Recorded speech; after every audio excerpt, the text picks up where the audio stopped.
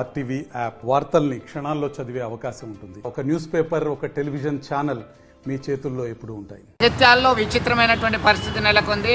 అతనికి వివాహం అయింది, భార్య, 2 కుమారులు ఉన్నారు. 11 సంవత్సరాలుగా భార్యతో కాపురం సరిగానే కొనసాగుతుంది. అయితే ఈ మధ్యకాలంలో ఏం జరిగిందో ఏమో తెలియదు కానీ ట్రాన్స్జెండర్ రాజశేఖర్ అనేటువంటి వ్యక్తి ట్రాన్స్జెండర్ దీపుతో సహజీవనం కొనసాగిస్తున్నారు.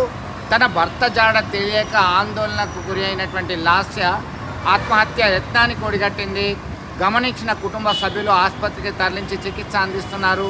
ఇక్కడ భార్య ఆత్మహత్య యత్నానికి పాల్పడ్డప్పటికీ చూడడానికి కనీసం భర్త రాకపోవడం ఏంటని లాస్య కుటుంబ సభ్యులు అంతా వెతికారు. చివరికి అతను ఉంటున్నటువంటి ఇంట్లోనే ట్రాన్స్జెండర్ దీపుతో కలిసి ఉండగా రెడ్ హ్యాండెడ్గా పట్టుకున్నారు. ఇది కాస్త వైరల్గా మారింది. పోలీసులు రంగంలోకి దిగారు. ఇరువురిని కూడా ఇటు ట్రాన్స్జెండర్ దీపును రాజశేఖర్ని పోలీస్ స్టేషన్కి తరలించారు.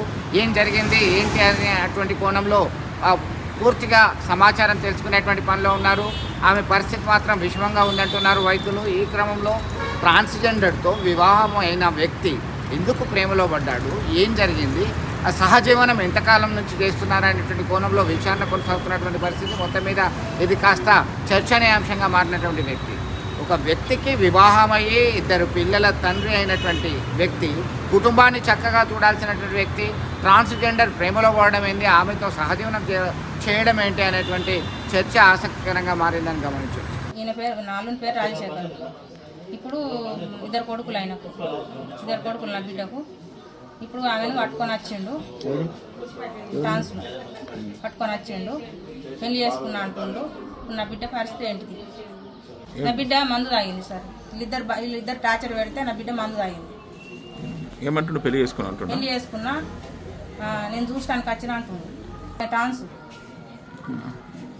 ఏమంటుండు? పెళ్లి చేసుకున్నా నేను ఉంచుకుంటా, విడాకులు ఇస్తా అంటుండు సార్. రాత్రి నా బిడ్డ మందు తాగింది కదా, ఇప్పుడు నేను వచ్చిన అన్నాడు. వచ్చినోడు భార్య దగ్గరికి రావాలి కదా, భార్య దగ్గరికి రాలేడు, ఇంటికి వచ్చిండు. నేను చూసి ఇంట్లో ఉన్నారు కదా, తాళం వేసిన బయటకు వెళ్ళకుండా. మరిన్ని వీడియోస్ కోసం ఛానల్ ని సబ్స్క్రైబ్ చేయండి. లేటెస్ట్ అప్డేట్స్ కోసం వాట్సాప్ ఛానల్ ని ఫాలో చేయండి. అండ్ లింక్ డిస్క్రిప్షన్ లో ఉంది.